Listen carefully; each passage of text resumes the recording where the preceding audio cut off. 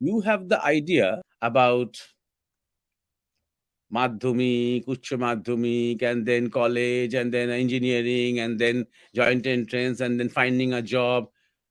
All these things have to be removed from the mind. You see, education does not need to be changed in isolation.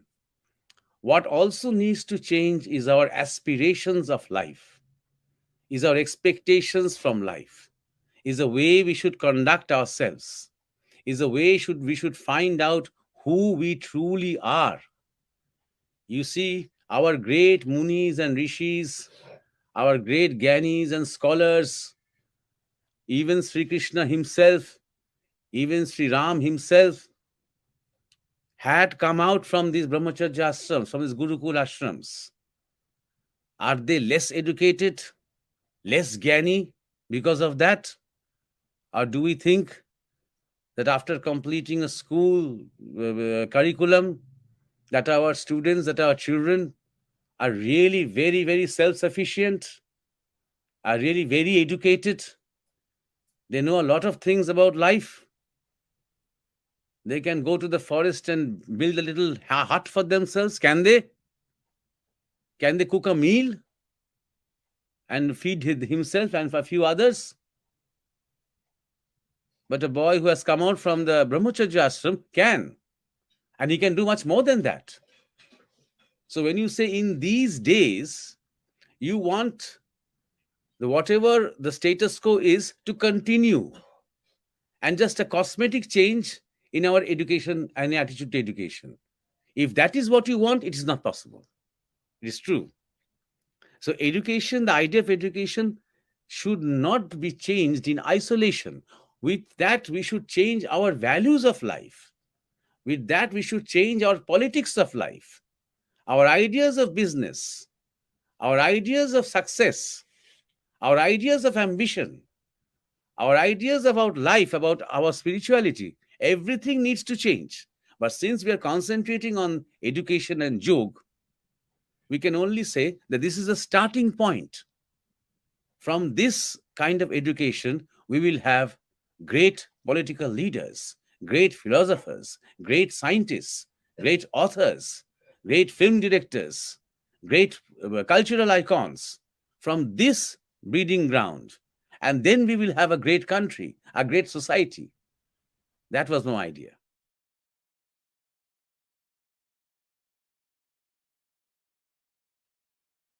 Namaste. Greetings of a new year to all our viewers and subscribers and followers.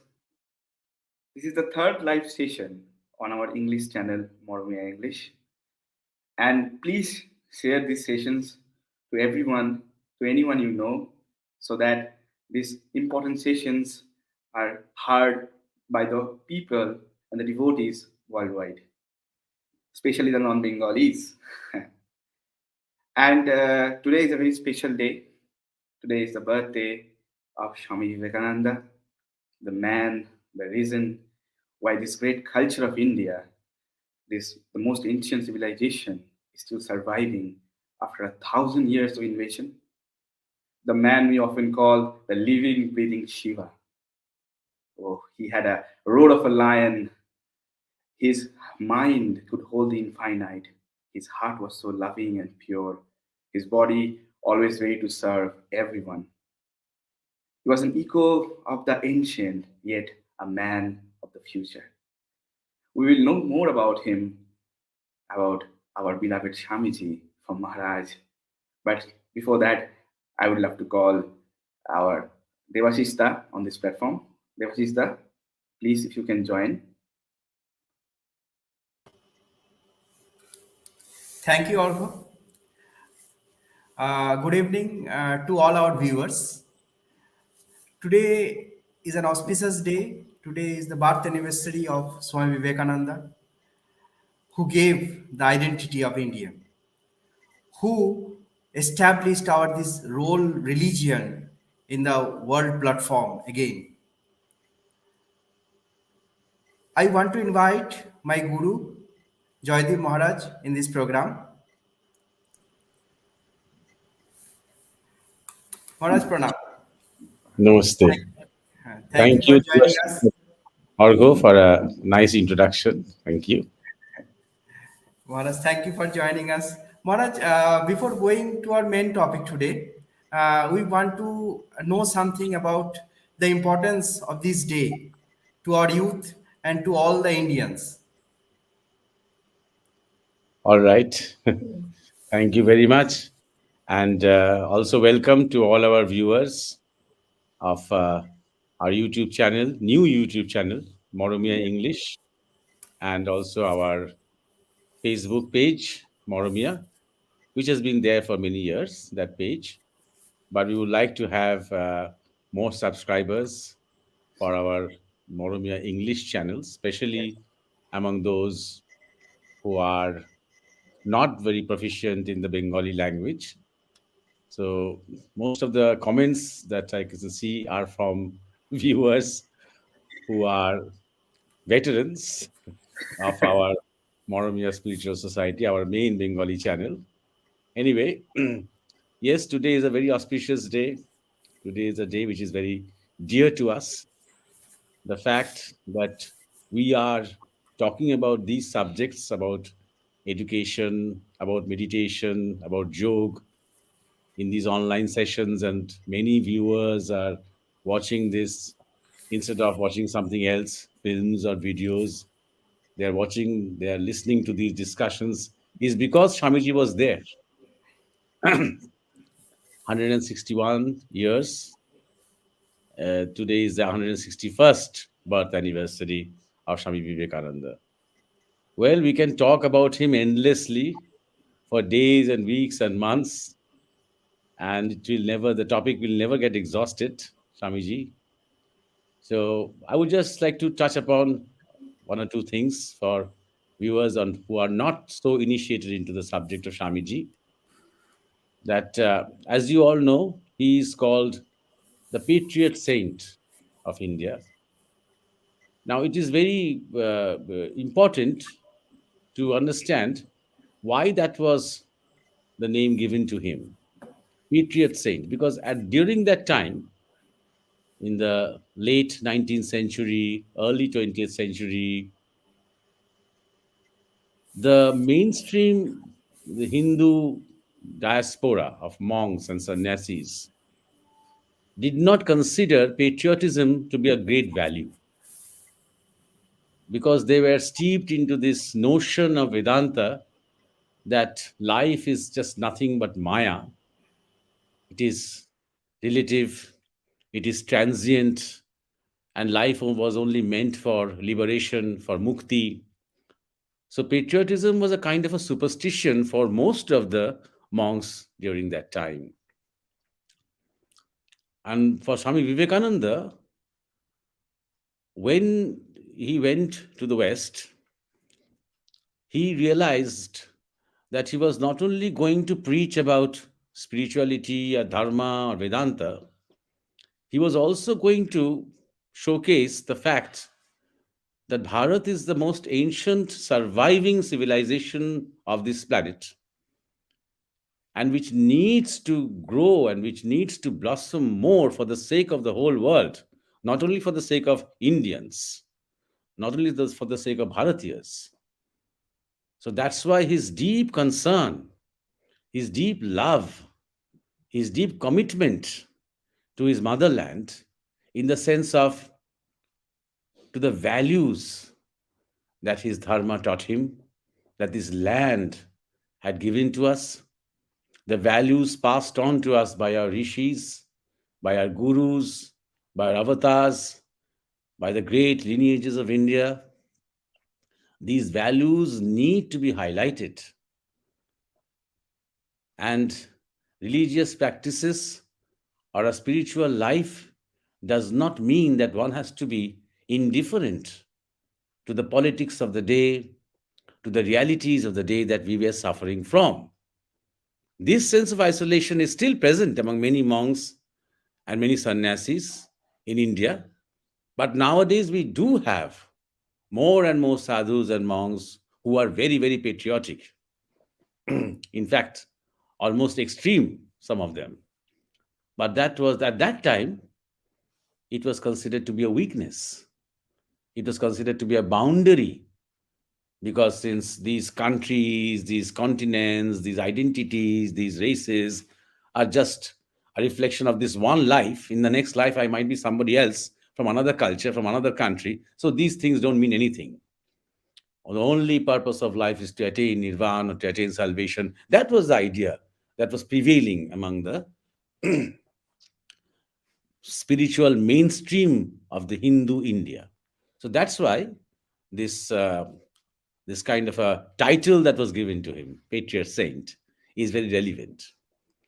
The second point that I would like to mention is that the fact that we all know that he opened the world's eyes to the philosophy of Vedanta. Now, if anybody goes around and asking people what according to is Vedanta, most of the people will give answers, but each answer will be different from the other, which is good. It's good that Vedanta does not have one defining sentence. But in general, what we can say is that Vedanta is not a religion as we know it today, as we know, understand the word religion, like a Christian religion or Islamic religion or whatever. Vedanta is not a religion. It's the universal principle of life. You see, the river flows into the sea. It's not the religion of the river. It's not like that other rivers behave differently. You see, it's a principle of life. The sun rises in the east and sets in the west. It's a principle of life.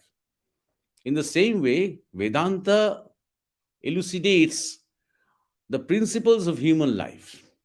Number one. Number two, he went to the West, which was used to seeing God as a separate figure.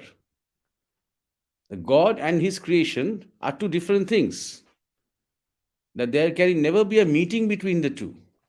And between us, humans, we are all sinners, according to the Western idea, and God, there are these two spheres of heaven and hell, to put it very simply. Vedanta does not talk about any particular figurehead or God as a creator. Vedanta talks about divinity in life, divinity of human beings, the potential of human beings to be divine. And it applies to everybody, whether you are a Hindu or a Christian or a Muslim or a Buddhist or a Jain or whatever, whether you are an atheist, whatever you are, whether you are a worker, whether you are a Brahmin, whether you're a Shudra, whatever you are, that divinity is inherent in all of us, and we can realize it. And our spiritual evolution is the journey that we should take as human beings. That was the essence of Vedanta, which he preached and which appealed to the West so much. So today, in modern terms, when we are talking about the secular versions of spirituality, the spirituality without let's say, devotion to a particular God, it has all can be contributed to the fact that Swamiji was the first one in the United States to have proclaimed that idea. And then he lived there for 4 years and again went back. So he continued his theme on Vedanta from different angles, from the angle of Jog, from the angle of bhakti, that is devotion, from the angle of karma, and from various angles, and elucidated on this topic, something on which the others have built on.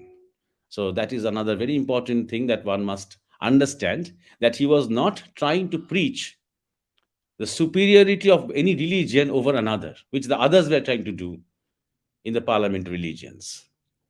His idea was that he did not even talk much about the so-called Hindu Dharma.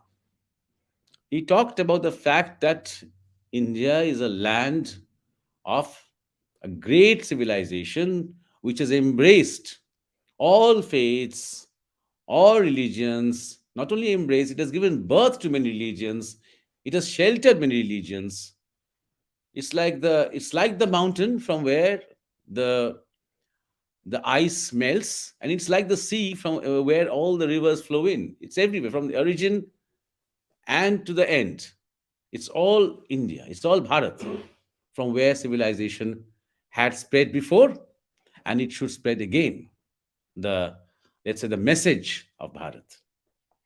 So Vivekananda, Swami Vivekananda's philosophy of Vedanta, and was also akin to, somehow it was related to the idea of what Bharat is. Because to the West, India was a conquered country. India was a country of the beggars. India was a country of cow worshippers. India was a country of monkey worshippers. So it was a very strange kind of an idea that they had about India. So Swami Vivekananda conveyed not only the Vedanta philosophy, but also contained the, the richness of Bharat and the potential for Bharat not to be like America, not at all, but to teach the West what is life, what is spirituality, what is philosophy, what is the journey of life, and the divinity that is inherent within us. The idea of non duality is the main feature of Vedanta. Even in the bhakti mode or in devotional mode, whatever, even if you go with the bhakti mode, which starts with duality, but finally ends in the idea of non duality. That is what he was trying to preach all the time. And the third point that I would like to mention, especially for those who are students, youngsters, do follow the journey of his life. And also, I would request everybody that instead of just worshipping him and observing his birthday and garlanding his statues and lighting incense sticks in front of his photographs, just read a few lines of Swami Vivekananda every day. A few lines. Because sometimes his lines and his words are like mantra, which fires up your belly, which gives you so much to think about, which is such a positive and a tremendous energy. For example, expansion is life, contraction is death. Now, we all have heard this many times.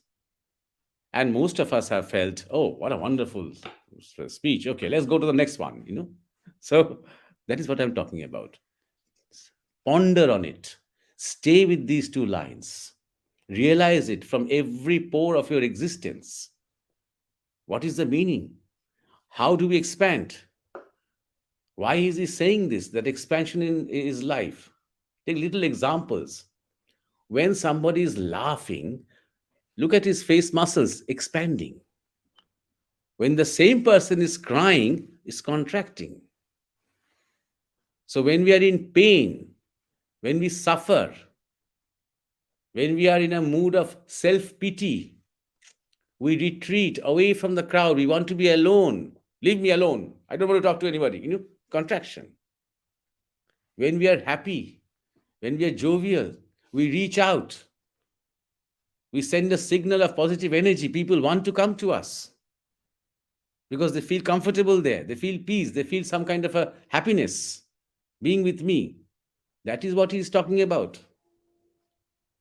So the journey of spirituality is not like a grim, gloomy journey. It's not like, passing some exams and spending sleepless nights. Not that kind of thing. It's a journey of life. It's a journey of discovery. It's a blissful journey. And that expansion is exactly what he's talking about. Look at the universe. It is expanding. So the human nature will synchronize with that movement only when we are expanding as human beings, with our humanity, with our love, with our knowledge, with our service. So I would request people, young people, there are numerous such messages that he's talking about life, about divinity, about our commitments, about our duty, about confidence. He's constantly trying to give confidence, especially to Indians. When he comes back to his country, he sees a race almost suffering from inferiority complex. We may blame the colonialists for that, but at the same time, having had such a great philosophy, having had such a great past, he was dismayed to see the lack of confidence among the generations. So he was a man full of confidence, full of energy, because he had gone through a path. That energy and that confidence had not come because somebody gave him some kind of a vocal tonic, had not come because Ramakrishna had done some wonderful satsangs. That had come through his experiences, where he had tried to seek in inside who or what he is, and where his guru had contributed to give him that energy, that blessing. So, let me come back to the main point. The journey of his life, at the beginning, he's a seeker. He's a serious, desperate seeker. It's very important because that is the driving force. He's just not curious to know about spirituality. He's just not somebody curious to know about meditation. He doesn't care whether meditation is good or devotion is good or whether Kali is good or Shiva is good. He just cares for one thing. Is there something like truth? And what is it? How is it? Can that be experienced? I want to experience it. Now, at this moment, I want to go deep down and within myself. Is there somebody who has seen the divine? So he's desperately searching, he's desperately seeking. That desperation is important. That is the driving force, which will one day make him a Vivekananda, an epitome of knowledge, an epitome of love, an epitome of divine energy. You see? Then the second part is when he finds his guru. And he is not only coming to his guru, he is also doing sadhana. Not the kind of meditation that you are talking about. I will come to this meditation part, which is the topic today. And then after his guru passes away, leaves the body, what does he do? He is still not at all in the mood to go about preaching the ideologies to people. Not at all. He starts to go around. He starts to visit every nook and corner of his country. From the north to the south, from the east to the west, he travels. While doing sadhana, his consciousness has become more and more refined. And while traveling, slowly, the essence, the truth of his country comes alive within him. And he realizes that he has a role to play to revive this civilization. And today, we are indebted to him endlessly, profusely, because today many of us, many Indians, are trying to define themselves, are trying to understand their place under the sun. Indian civilization or the Bharatiya civilization is slowly finding a voice of its own as a challenge to all the lies that have been going on for the last, let's say, 1,400 years. And that is because the process was started by Swami Vivekananda at a time when politically, socially, and economically, India was tottering, rolling onto the ground, let's say. Not only because we had an oppressive foreign rule, but we had changed. We were aspiring to become like them. That's why we were tottering, because we had forgotten who we were. It is from that, let's say, ashes, like a phoenix. Today, that same Bharatiya culture is rising because the process was started by Vivekananda and because he had traveled extensively, alone, without his Guru Bhais, without money, without support, nothing, and realized not only his country, not only the civilization, not only the global civilization, also the past and his role in it.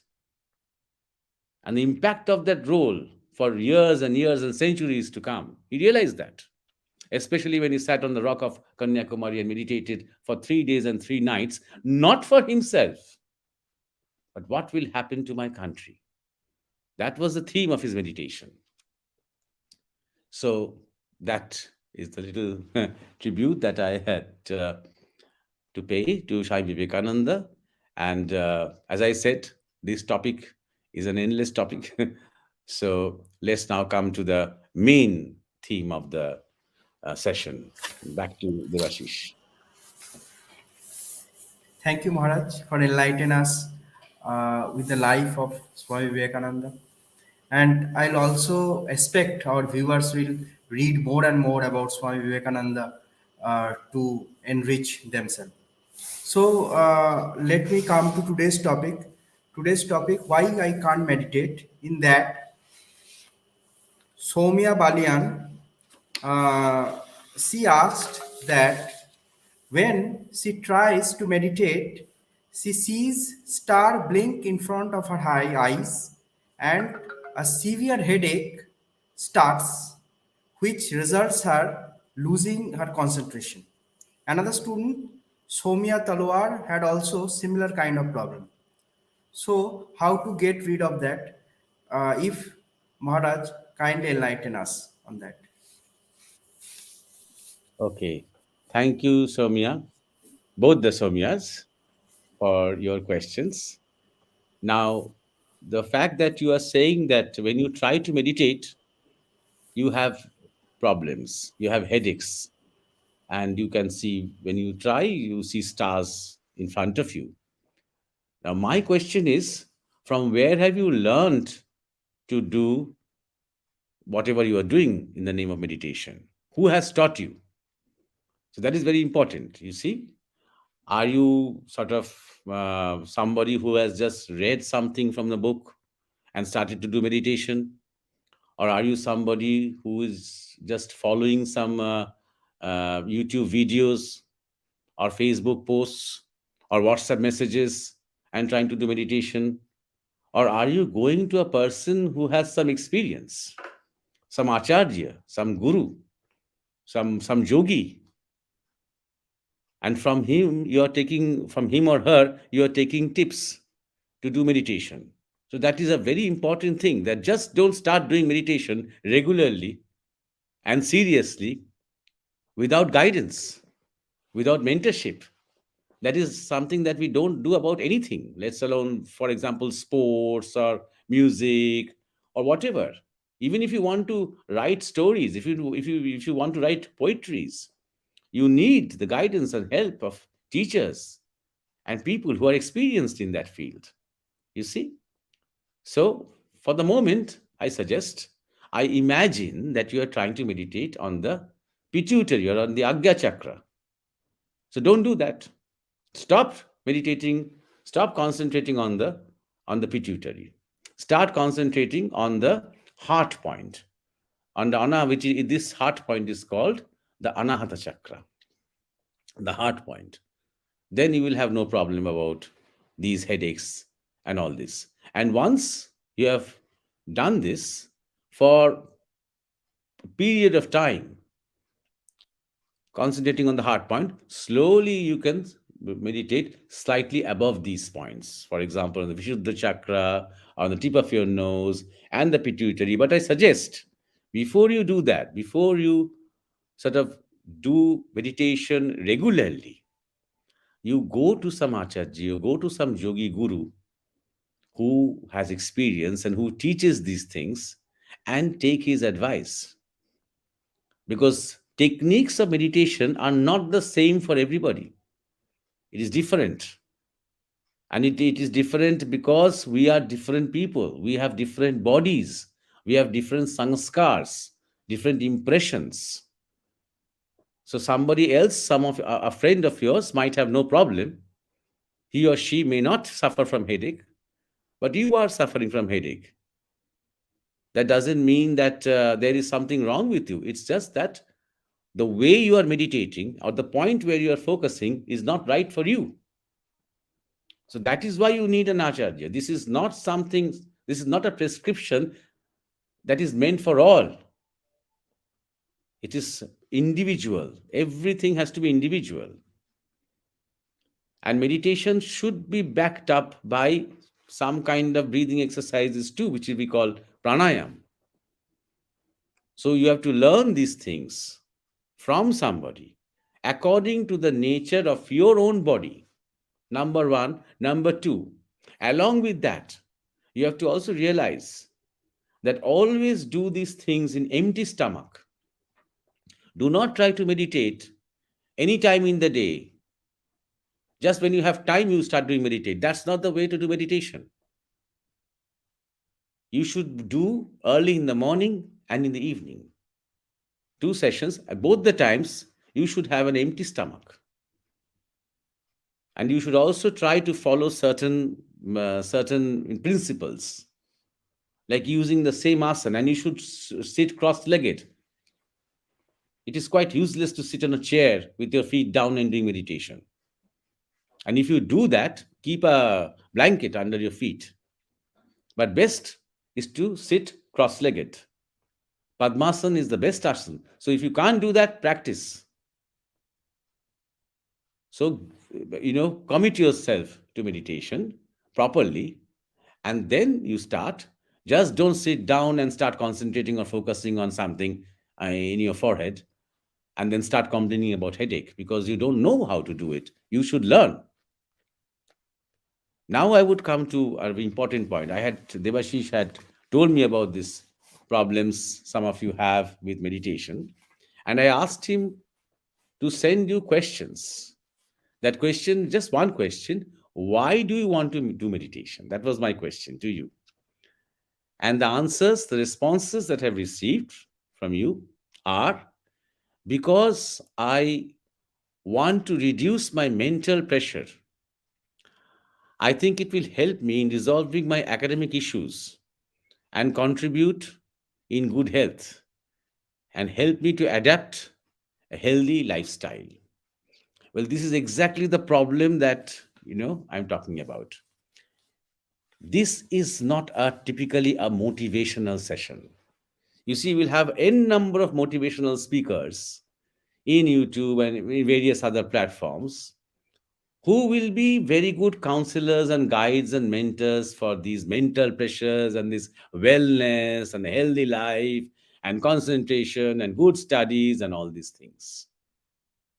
This is a session on trying to understand the values of life. This is a session where we are trying to find the way to evolve into a higher forms of consciousness. We had started this program by talking about Swami Vivekananda.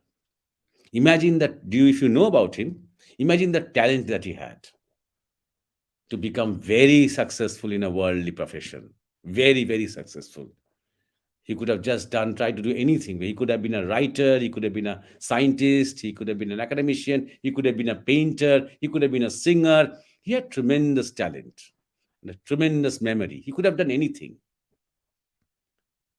But his whole life was spent in searching for the meaning of life. And that's why people remember him. Not somebody else who has made a good career for himself. People don't remember them. You see? So this session is for those people who are interested in raising their consciousness, in evolving from this journey from humanity to divinity. This is not a session to try and resolve little problems of our life. How to deal with mental pressure, how to have a mental health, and how to focus on my studies so that I can do successfully in my examinations. This is not a session for that. These can be the side effect of your effort. In the sense, for example, if I am doing meditation regularly, every day, very seriously, for my spiritual development, as a side effect, I might find out that now I'm able to concentrate more. As a side effect, I may be able to find out that I feel more healthy mentally and physically, that I feel more cheerful, that I have a greater well-being, I feel more connected with people. That may be as a side effect. But the side effect is not the goal. When the side effect becomes the goal, then meditation is very boring. Then you start and you give it up after 3 days. And you start complaining that it is not giving me enough results. You see? This is very important to understand that words like meditation, mindfulness, vipassana are actually taking us away from the dharmic principles of life. The Indian word is dhyan. And the culmination of dhyan is what? Samadhi. And what is samadhi? Can't be explained. It's just the oneness of all. That experience of oneness is perception. That is the goal. And we are here to talk about dhyan, bhakti. And before dhyan, there is dharana. Dharana means conception.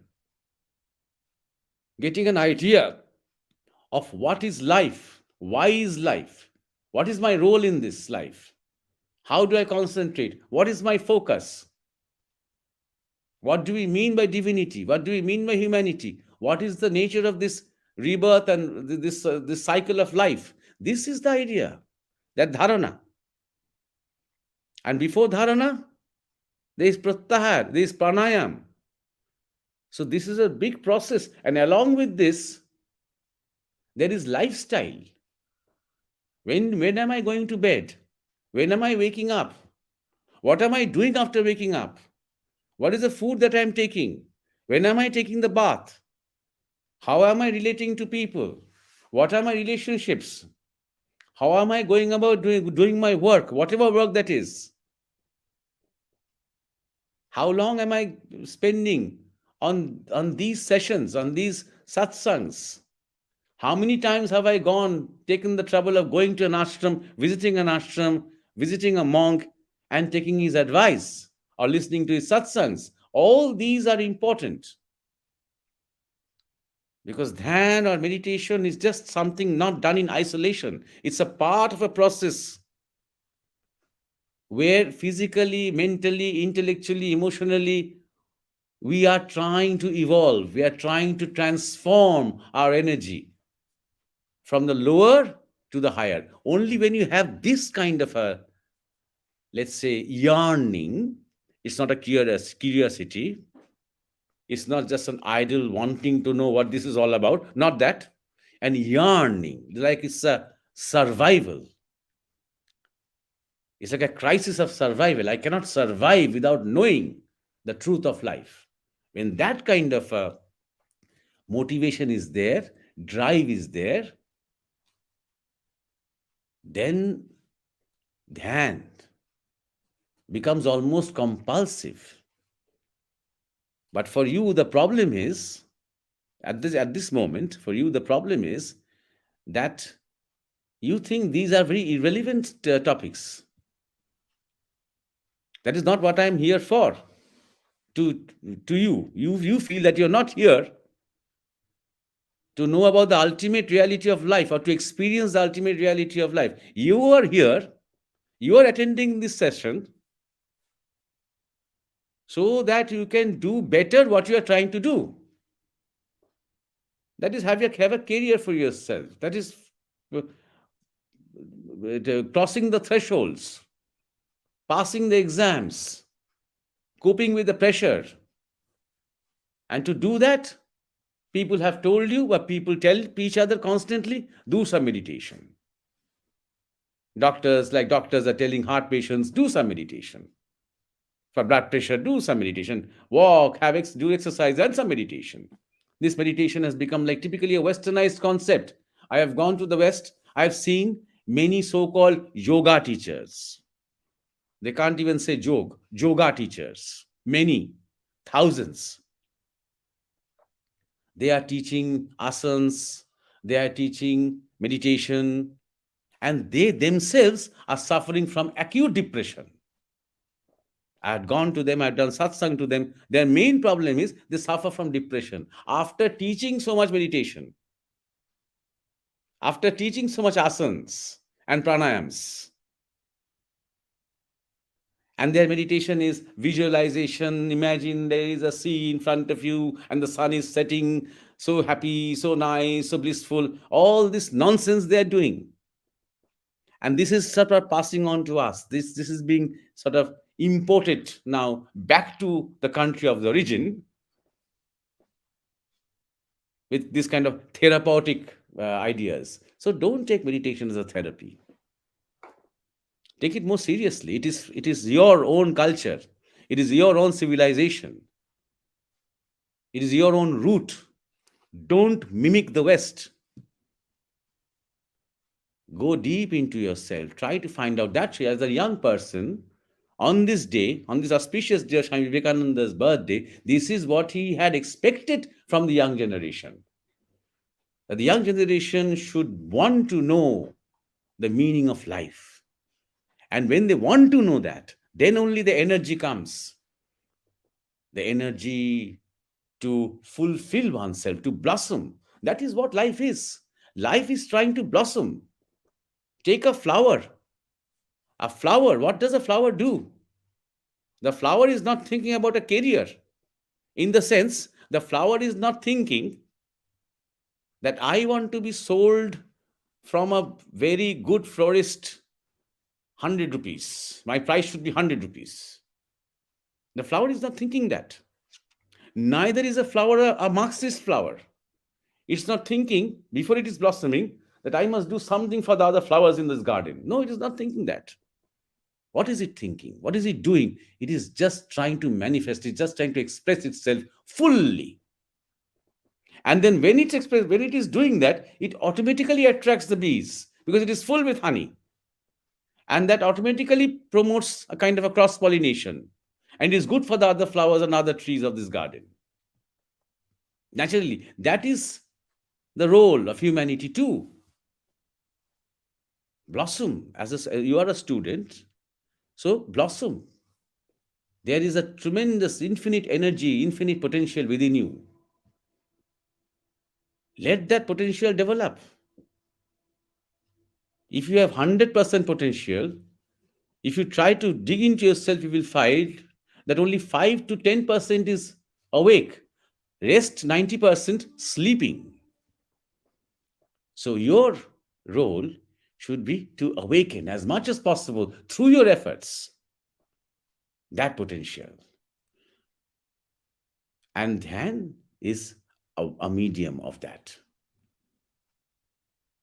So forget about this meditation and these short-term results of life. Don't take life so frivolously. And if you do want still at the same time to, if you tell me, no, Maharaj, I'm not interested in all that stuff. I'm interested just in this. How can I concentrate more to get rid of the mental pressure and all that? Then there are better, much, much better speakers than me in YouTube, the motivational speakers who will help you with all this career counseling, where meditation is part of the capitalist structure that we have built around us.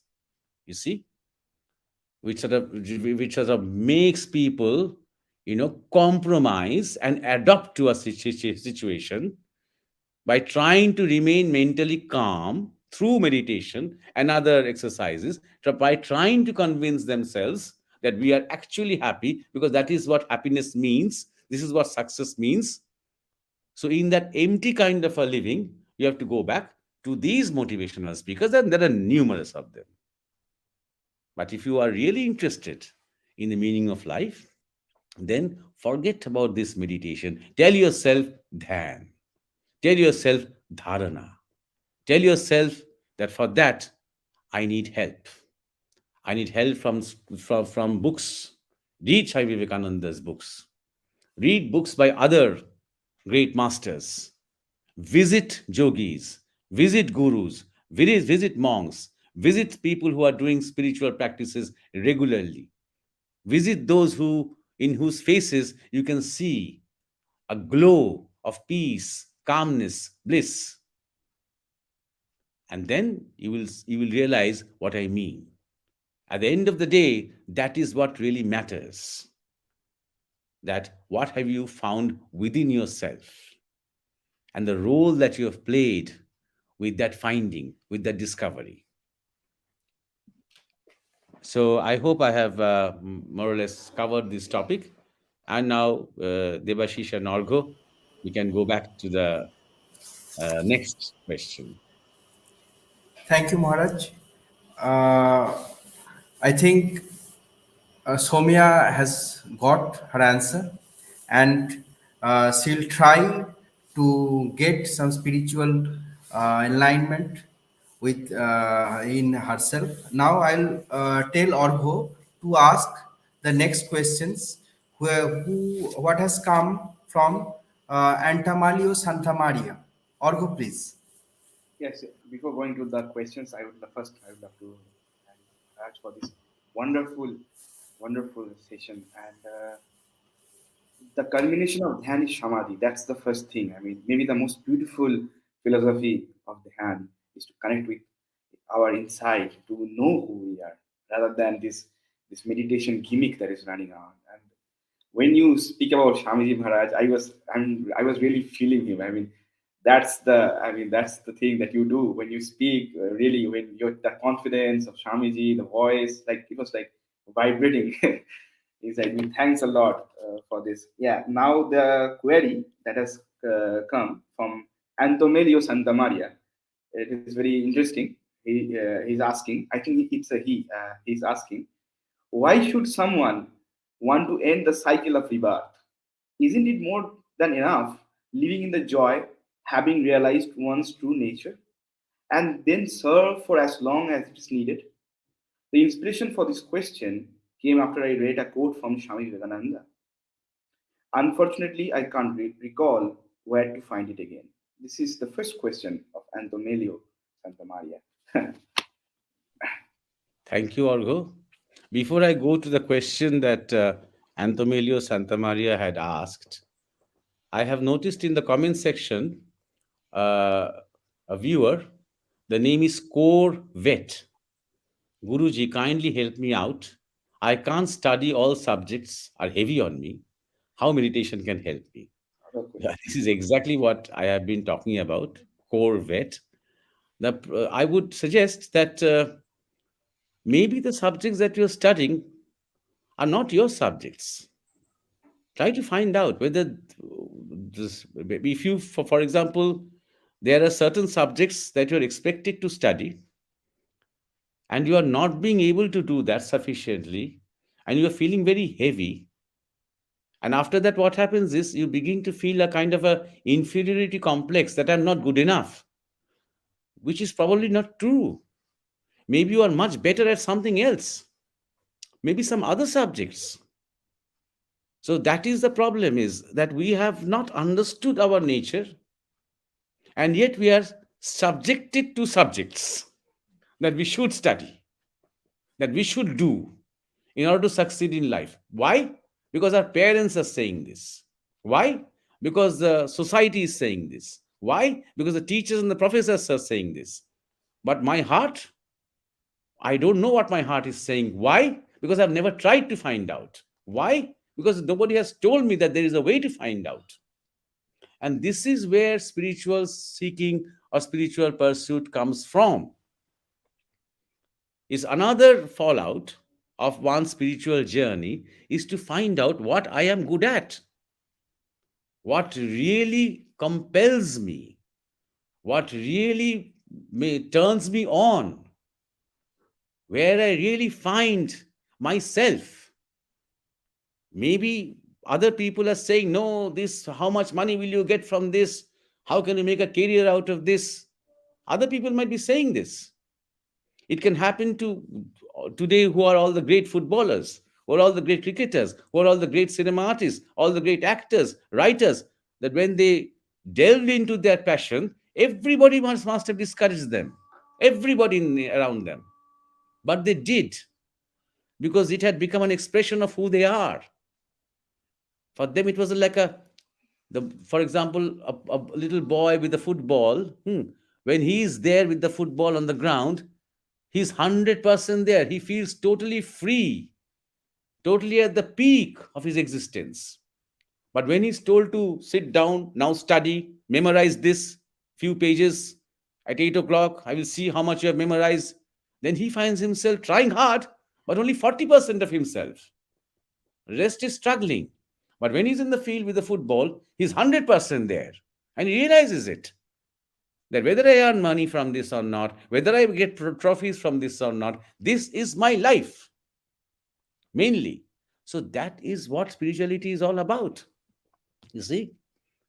So what you are, but the reverse you are trying to do.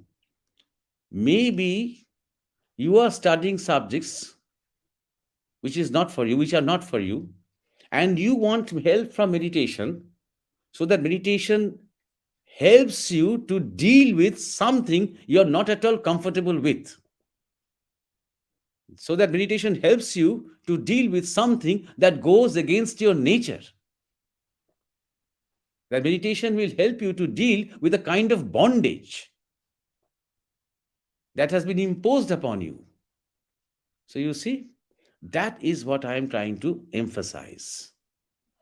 So I don't know how old you are, and it's very difficult to guess from the name whether you are a man or a woman. But anyway, whoever you are, try to dig into yourself. Try to find answers inward, not outward, and see what is there, and try to blossom, try to manifest, try to evolve. Forget about these subjects, numbers, the pressures, and everything else. And you may ask me, how can I do that? Well, that is a choice that you have to really exercise. That is something that you have to do. Because this is something that is individual, it cannot be done collectively. You cannot go to a classroom of seekers. Seeking is a completely individual journey that you have to take. Seek within yourself. You will never try to repeat what others are trying to do, never try to mimic what others are trying to do. Just do what you think you should by going deep into yourself and try to find out the answers from within. Not the answer should, the finding out process is not like, then what is the subject that I should learn? No, that's not the way. Then what should be my occupation? No, that is not the way. But the way of finding out the divinity within you. And in that process, other ways will open up. In doing that sadhana, you will find out the occupation or the profession that is best suited to your sadhana, that becomes a part of your sadhana. It's not something, it's not outside. People make this distinction, spiritual life and worldly life. These are all superficial terminologies that we use from our prejudices. There is no such differences. Whole life becomes spiritual. The world becomes spiritual the moment we change. So that is the way to go ahead. Now coming to the question that Argo had raised from Antomelio Santamaria, why should someone want to end the cycle of rebirth? Isn't it more than enough living in the joy of having realized one's true nature and then serve for as long as it is needed? The inspiration from this question came from Swami Vivekananda. Well, try to understand that it is not an universal desire. It's not mandatory that everybody should seek to free himself from the cycle of rebirth. Why? Try to understand, why do we take birth? Why do we take a body? Because we have a desire. Of course, we have karma, but also we have a desire to enjoy. And when we have a desire for joys of life, we also have to take the sorrows of life. So the body represents the physical form of desire. When a seeker starts his journey of life, what is he trying to do? He's trying to attain freedom. And this is a natural instinct in all of us. It is the instinct which propels evolution from lower life forms to higher life forms to human beings. Even at a very gross level, a student, while studying, wants to grow up and start to earn a living for himself. Why? From his eyes, that to him is a description of freedom, because he sees his parents apparently more free because they don't have to sit for exams. They don't have to prepare for exams. Nobody is scolding them. The student does not realize that maybe his father or his friends or his uncles or whatever, they are not free at all in their work. But to him, he wants to grow up because he wants to attain freedom. And then once he has joined, let's say, a job, and then after a few years, he's saying, now I want to do something by myself. I want to invest and start a business. Why? Because he's beginning to feel like a servant, like a slave in a corporate atmosphere. So he wants to start a new business for himself where he feels he is slightly free. And then after doing business, he gets tired because he sees he's not free. He has to depend on government regulations, on licenses, on imports, on trade barriers, rules and regulations, constantly deal with it. And then he sees that even after raising a family, he's not really totally free. He's constantly under pressure from his own children, from his wife, from his friends, from the society. So he feels depressed and he starts to take medicines and he can't sleep. So in the spiritual path, what's happening? Why do we go for a spiritual path? What is the main motivation in the spiritual path? We want to be free from desire. We want to be free from ignorance. Why are we ignorant? Because of our desires. Why are we ignorant? Because of our ego. Because our ego is confined within the body, within a one particular body. That is not our real identity. That is a delusional identity. And that ego sprouts desires. I want this for myself. I want good health. I want money. I want family. I want property. I want job. This I want thing is the reason for our ignorance. If we were totally passive and totally surrendered to life, then none of us would have been ignorant at all. Our mind stuff, let's say, chitta in Sanskrit, would have been like the eternal blue sky without a single speck of cloud. And we would be free. So naturally, the idea of this recycle means that desire is continuing. This body is dying. Again, I'm transferring to a subtle body, and then again, I'm taking a new body. Why? Because there are desires. And because there are desires, there is no freedom. So that is the problem. So that is why some seekers want to end this cycle of life and death. That is why. Now, coming to your particular idea that isn't it more than enough living in the joy of having realized one's true nature and then serve for as long as it is needed? Imagine that you have no such desire to end the cycle of life and death, let's say. You have no problem with taking hundreds and thousands of bodies. You see? And then you have a serious disease in your body, which really makes you suffer. So then will it be easy for you to say that this is also a part of the enjoyment? Or rather, would you say this body is the binding, this body is the boundary, this body is the pain? I want to give up the body. So many old people, they are constantly saying that I want my life to slip away. Now I'm suffering too much. As long as you're young and healthy, it's easy to say.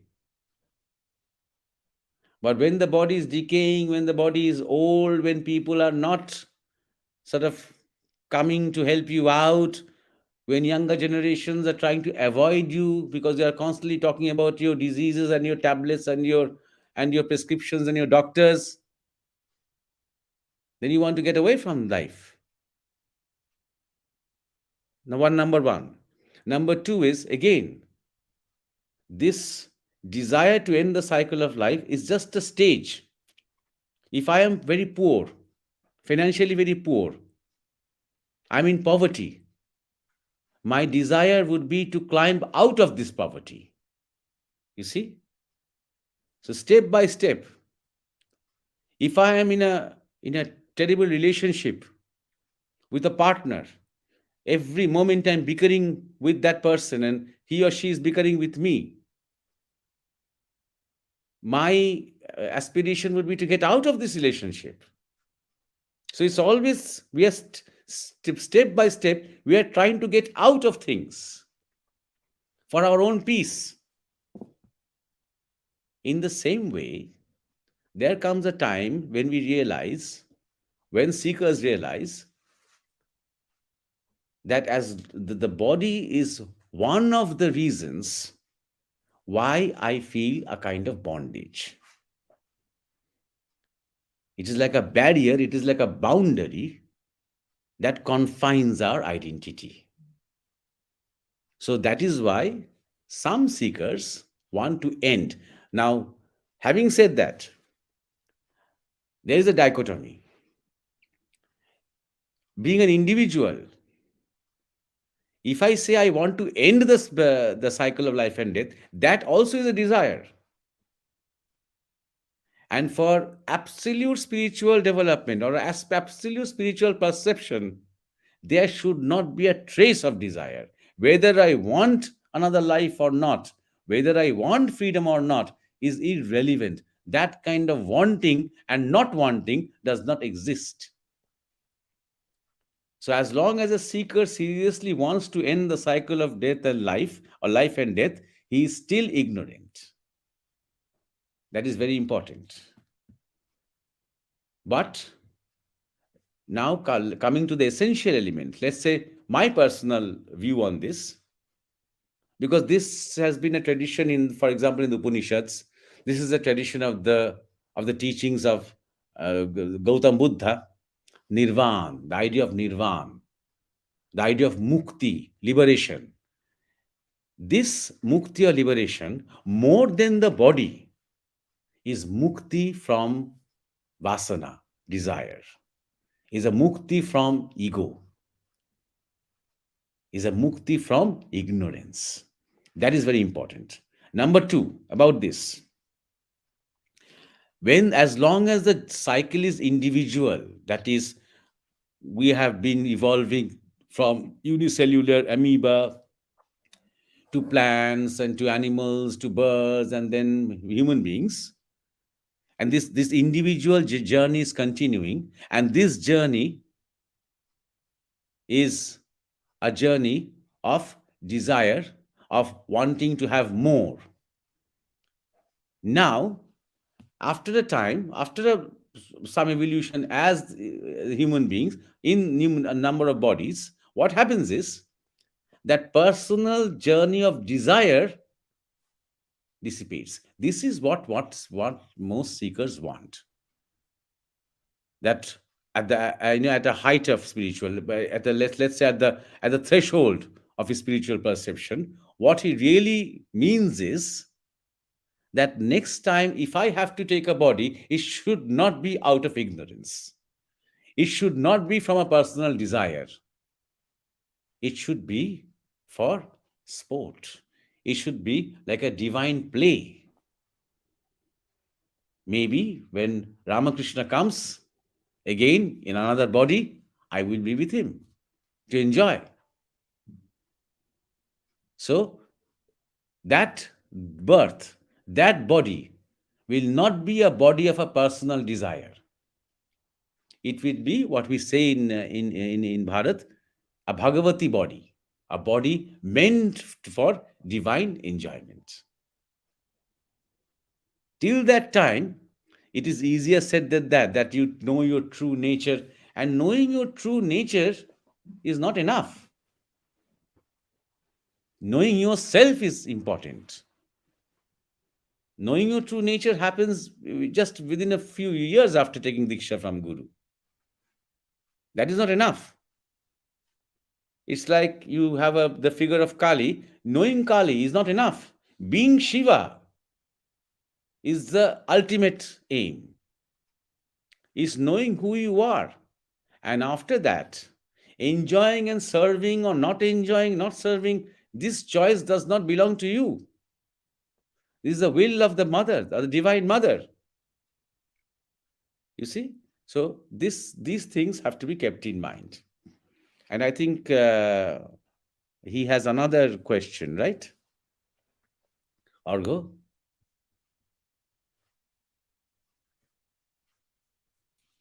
Please, Shujai, shift to Argo. Yes. Yes, Maharaj, he has another query. How is it possible to retain some individual impressions, the ones that remain for the next incarnation? After leaving the body, if the Jivatma is absorbed into the Paratma, shouldn't this imply that Jivatma loses its individual traits then? Yes, this is a query by the second Yes, query. I will, yes. Thank you. I will start with the last part of the question. Yes. When that is, Jivatma is absorbed into the Paramatma. Paratma, yes. There is no question of any individuality then. It's like trying to find out, after the river has merged with the sea, trying to find out in the sea where is the river. You see? So that individual impressions are not at all important. Shouldn't this imply that the Jivatma loses its individual traits then? Of course. Of course. The idea of individuality is lost the moment one is realized. The individual idea, the identity, you see, there are two words, or rather three words: ego, identity, entity. Ego is the shadow of existence. Identity is the confinement within a body. And entity is the non confined self, which is all encompassing. And that entity is the substance.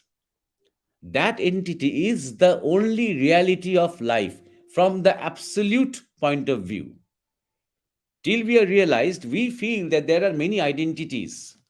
Like you are an identity, I'm an identity, Orgo is an identity, Debashish is the identity. Because we have not realized ourselves. We have this kind of a distinction in our mind. This idea of difference, this idea of many. But this actually does not exist. That is realization. That is called realization.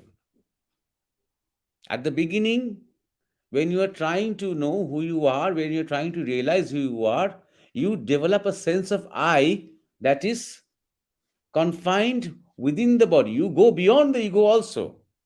But there's an I-ness that is still sticking to the idea of your individual life. You still can't feel that I-ness in a blade of grass. You still can't feel that I-ness in a tree, in the friends, in the eyes of your enemies, in the things you did not like before. You still can't find that I-ness. That needs to be evolved. That needs to be refined more and more. And then it spreads. Then the true reality starts to come, that this whole cosmos, this whole universe is an expression of one. is not an expression of 2 or 3 or 5 or 500 or 50 million. It is an expression of 1. That is the reality. So these individual traits, these individual characters, they are totally insignificant. They are totally irrelevant when that individual merges into the universal. And these impressions are no longer necessary also. You don't have to feel sad or nostalgic about it. And regarding to the first question, first part of the question, how is it possible to retain some individual impressions, the ones that remain for the next incarnation? The next incarnation happens only if you have impressions left in you. Only then.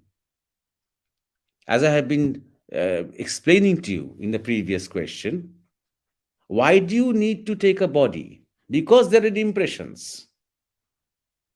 And these impressions retain themselves in a form of energy, subtle energy, after the physical body is buried or burned.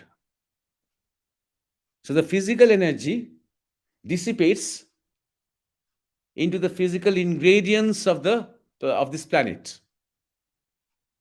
That is earth, air, water, fire, space, etc. But what about the subtle ingredients? But what are the subtle energies? And how are these subtle energies formed? These are formed from the impressions that you're talking about. These are formed from the desires that you're talking about. These are formed from the karmic fruits that are waiting for you. And these impressions and these traits slowly crystallize into the next incarnation. But one who has realized, then those individual impressions are not at all important, because you see, the word impressions is very interesting. Impressions are those that remain. For example, the teachings on the life of Gautam Buddha, or more recently, the teachings on the life of Swami Vivekananda, have remained with us. In fact, each day they are going stronger. But are the individual traits of Vivekananda, the fact that the way he used to wear the turban, or the way he used to smoke the cigar, the way he used to eat food or make fun of people, whatever, he had many other individual traits. He used to spit a lot. You see, he used to spit almost compulsively. Do they remain? And will Vivekananda have a next life, another body, where these impressions will remain? And in the next life, this person will remember, in the previous life, I used to spit a lot. No, those things will not remain, because he was a realized person. That individual journey is not there. The individual journey of Vivekananda to the next manifestation is not there. But what remains are his life and his teachings and his tremendous energy and his explosive love for mankind. All that has remained with the civilization that is following after him. You see? So, of course, when Jivatma and Paramatma, you say Jivatma is merging with the Paramatma. Does a Jivatma exist? It exists in your mind as long as you're not realized. So it's not that the Jivatma and Paramatma were separate, and now, today, because of all your effort, they are now meeting and merging into the ocean. You will realize, when you realize, that the Jivatma was not at all, never separate from the Paramatma. That is what you will realize. So whose individuality are you talking about? You become supremely conscious and aware of all individualities. Not only individualities of your friends, not only individualities of the human race, but individualities of each and every tree, individualities of each and every star, individualities of each and every molecule. You are supremely aware of that. I hope you get my point. And now let's go back to Orgho and Devashish. for the last question. Yes, Maharaj. It's like a story you told us about the bird, following that bird in the upper branch, and then going up and up, and finally discovering there was no other bird. So it's the Paramatma Jivatma. This is very beautiful, the story you told us. Now, Maharaj, there are few comments that are asking, I mean, few people asking some questions. Will we, I mean, forward them for the next session, or we will ask them? Like one query about Anamitra Bhattacharya is just a single question. Maharaj, should everyone start meditating firstly in the Agya Chakra or not? This question. Anamitra So Bhattacharya. I've already explained that. Yeah. That as an experimental basis, if you do not have any guru or if you do not have any guide, you can try to concentrate on your pituitary or your Agya chakra and find out and see how you feel. You can also, draw a point or a triangle on the wall at the same level of your eyes and keep your eyes open and just concentrate on that point. You can also light a candle or a lamp. A lamp is better.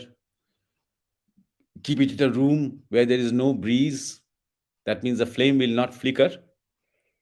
And you can keep your eyes open and concentrate on that flame.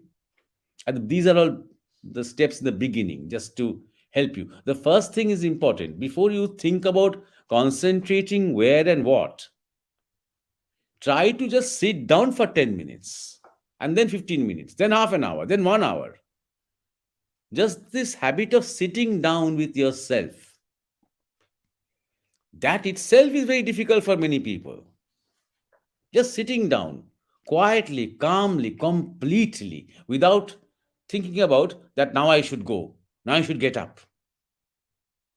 The first lesson of meditation is to learn to sit, not just lie down and being with yourself. No, sitting down, keeping your back straight so that the meridian is upright and the energy can flow upwards towards your brain. That's the body. If you find that after 5 minutes is impossible, start doing some asanas. Some some very basic, simple yogasan. Start doing. That will make your body softer, more flexible, more malleable. And then you will be able to sit in one position for a length of time. Even if your mind is restless, even if your mind is running around, just do the sitting first. That is the first step. That you have learned, at least you are getting used to the fact that you can sit with yourself. Many people, they don't have a problem of concentration. If it is money, they will concentrate for long hours. If it is a video game, they will concentrate for a long time. If it is Messi playing the World Cup final, they will concentrate for 2 hours. So nobody actually has a problem of concentration. The problem is of wanting to be alone with oneself.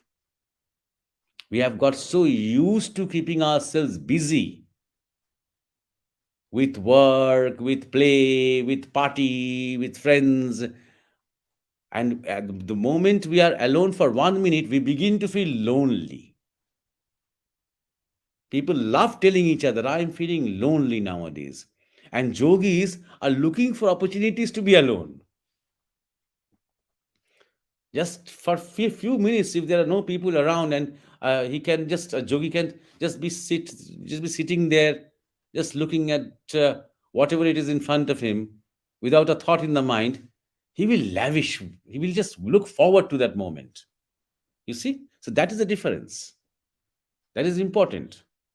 This is something that the Dalai Lama had once said. I was very impressed by that. He said, don't think about meditation. Just try to be with yourself at least twice a day. For a few minutes, being with yourself. How much do you time Anamitro? How much time do you spend with Anamitro? You see? Just telling yourself, now I will spend some time with myself. Whatever it, and I will be straight. I'll sit cross-legged, I'll sit straight, forget about meditation, forget about samadhi, forget about spirituality, forget about religion, forget about concentration. All those words, I'll kick them out and I will be with myself. How are you, Anamitro? You are telling yourself. I'll be with my body, with my mind, whatever comes. That is the first step. And then see how you are breathing. And then think about, where do I concentrate? Look, meditation or dhyan is not concentration. This is another mistake that we commonly make. We feel that concentration is the ultimate goal of meditation. No, it is not. The idea of concentration, concentrating the mind, is to be able to go beyond the mind. It is when you go beyond the mind that dhyan actually starts automatically without your trying. So there are two ways. One, by concentrating or focusing on one particular object or one particular symbol, one particular light, or by being totally passive.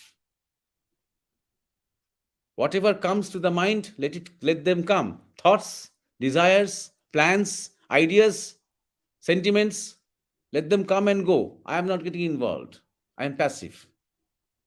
In both the cases, you will go beyond the mind. Who is going beyond the mind? That is more important than the mind. That is what you are trying to seek. That is what you are trying to find out. That is what you are trying to discover. And after doing this kind of attempting to focus or attempting to concentrate on this flickering light or the flame or some point on the wall, you can close your eyes and experiment. And if you see that you're having problem concentrating between your eyebrows, okay, go lower. You can keep your eyes little half closed and concentrate on your tip of the nose. If you find that you cannot concentrate on one particular thing, just keep your mind on the breathing. The idea is to keep your mind free from objects as much as possible. Objects of thought, objects of desire, just by being there. And that is not all. After that, try and go beyond the mind. As the moment the mind loses any object, the mind does not exist. Very important. Remember this. Moment there is no desire in the mind, no thought in the mind, it does not exist. You see, in English, our words are very, very scarce, spiritual words. There's only mind. But when we use Sanskrit, when we use Bengali, Hindi, then there are man and buddhi, two separate. Man is a place where there is sankalpa and vikalpa. That the will and unwill. I want to do. The will. No, I don't want to do. Unwill. And buddhi is a place for thoughts. So as soon as there is no desire, then the mind does not exist.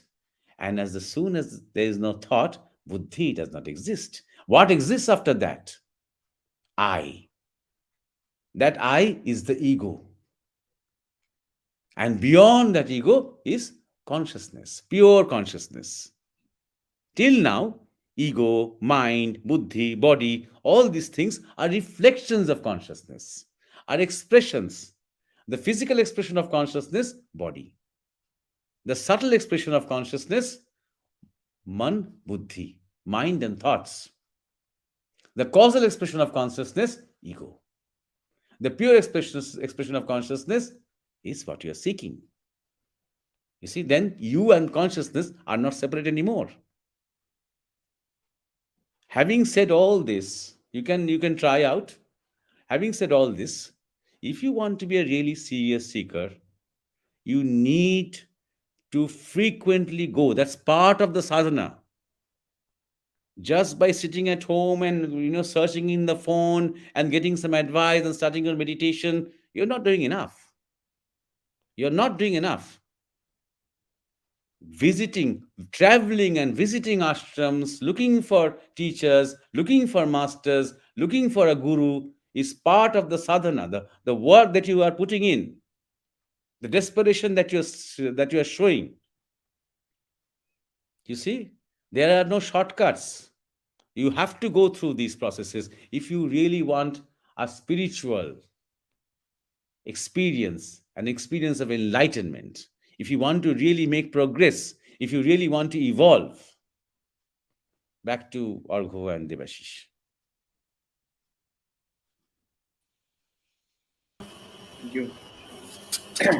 Thank you, Maharaj, for your wonderful answer, wonderful response. I hope Anamika has listened this. And the other comments that are there, the queries, Maharaj has already answered through his this discourse, this particular response. He has answered all the queries, I think, in the comment section.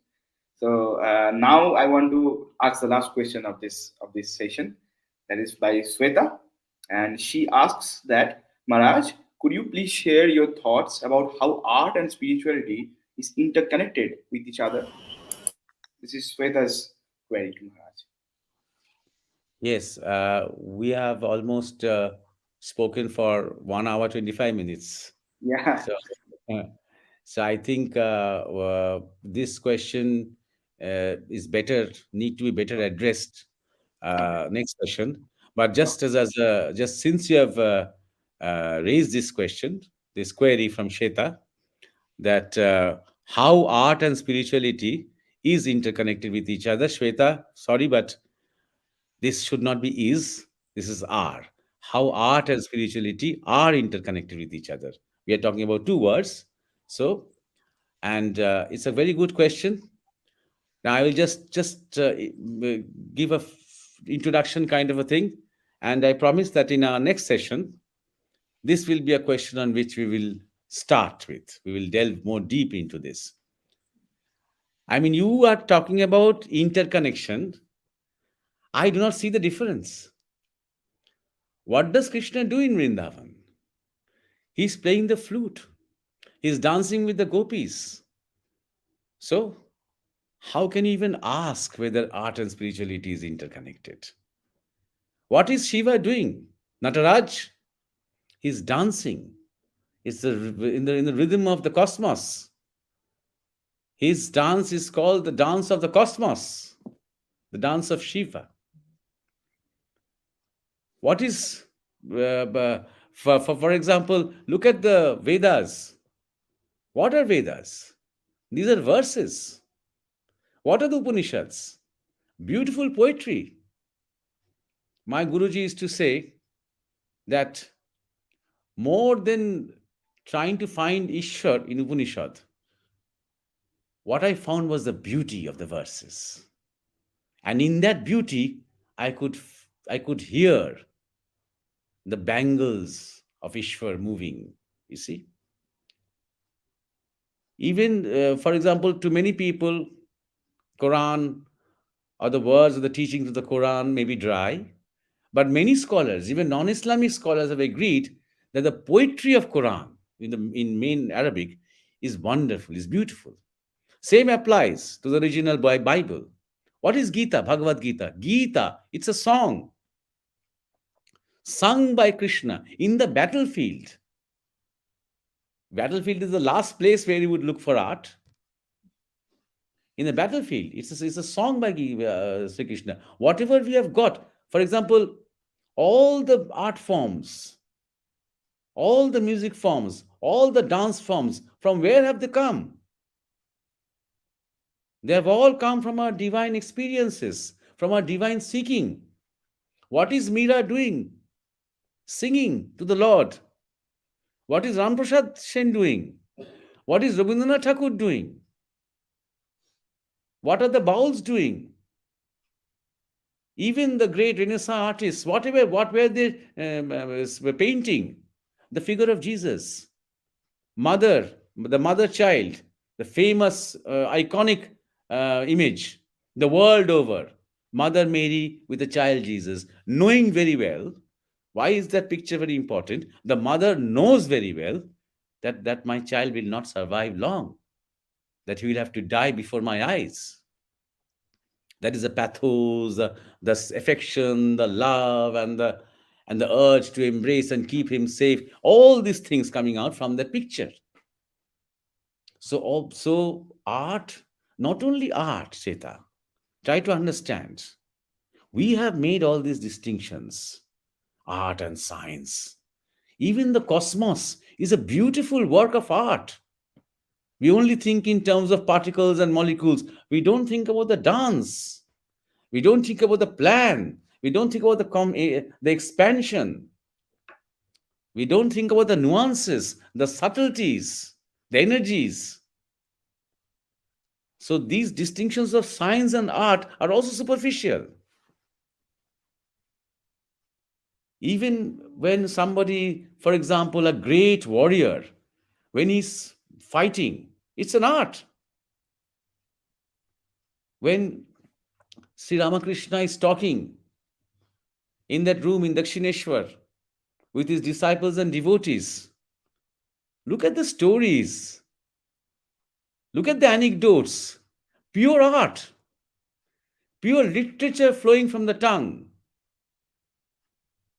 And that can happen because of the spiritual manifestation, knowing exactly what to say when, and to make people laugh and to make people cry. That is art.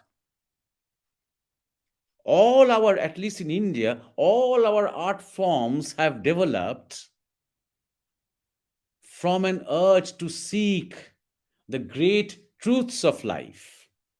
From our dance to our music to our theater to everything, to our literature, to everything. It is what has kept the culture alive. The Ramcharitmanas of Tulsidas, for example, or the Ramayana and Mahabharata that were being recited in the villages, for example, which are now also available in the internet, through cartoons, through all these ways that is keeping a culture alive, not only alive, it is still teaching us, it is still helping us to grow. So, however, today we have overstepped our time limit. So, Shweta, there are a lot of more things to say about this. And I can understand the spirit of your question, that you probably want to now know that how you use your art in your spiritual progress. How to do that? Well, that is the question that we will start with in our next episode in our these Maramia English sessions. So, till that time, it is time to bid adieu to all, and back to Argo and Devashish. Thank you, Maharaj. I think Sweta has got half of the answer of our question. So I'll request our viewers who have some questions on their mind, they can just write those questions on our comment section so that we can include them in the further next sessions. So I'll like to say Argho to conclude the session. Yes, yes. Maharaj, you spoke for just like 1 or 2 minutes about this, or 5 minutes about the last query, but you answered. I mean, everything was answered from my side. I mean, the way you say it, in the battlefield, the Gita is completely different category, but wonderful. How Indian spirituality and art is just connected and interconnected. It's wonderful, and the entire cosmos is like it's a burst of art. Before concluding the session, I would love to share this magazine of Maramia, and you can find this in our website and also from our ashram. And this is a magazine. I think you've seen it. It has Bengali and English articles. This is a yearly magazine. It comes out every December on the birthday of our Guru Maharaj, and I hope you have already read this. If you haven't, then please collect this from our ashram, and I think you will be getting a lot of wonderful write-ups.